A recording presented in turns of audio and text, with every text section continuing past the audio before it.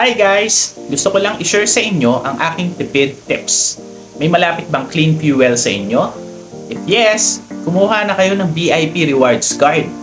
Libre lang yan guys at makakaipon pa kayo ng points na pwede nyo magamit sa clean fuel. Kung mahilig naman kayo mag-grocery, kumuha na kayo sa pinakamalapit na Pure Gold ng Pure Gold Perks Card sa halagang 100 pesos with 2 years validity para makakuha ng points at discount.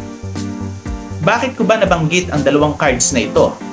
Simple lang, i-present lang sa gasoline attendant ang VIP Reward Card at Pure Gold Perks Card para maka-discount ng 3 pesos per liter.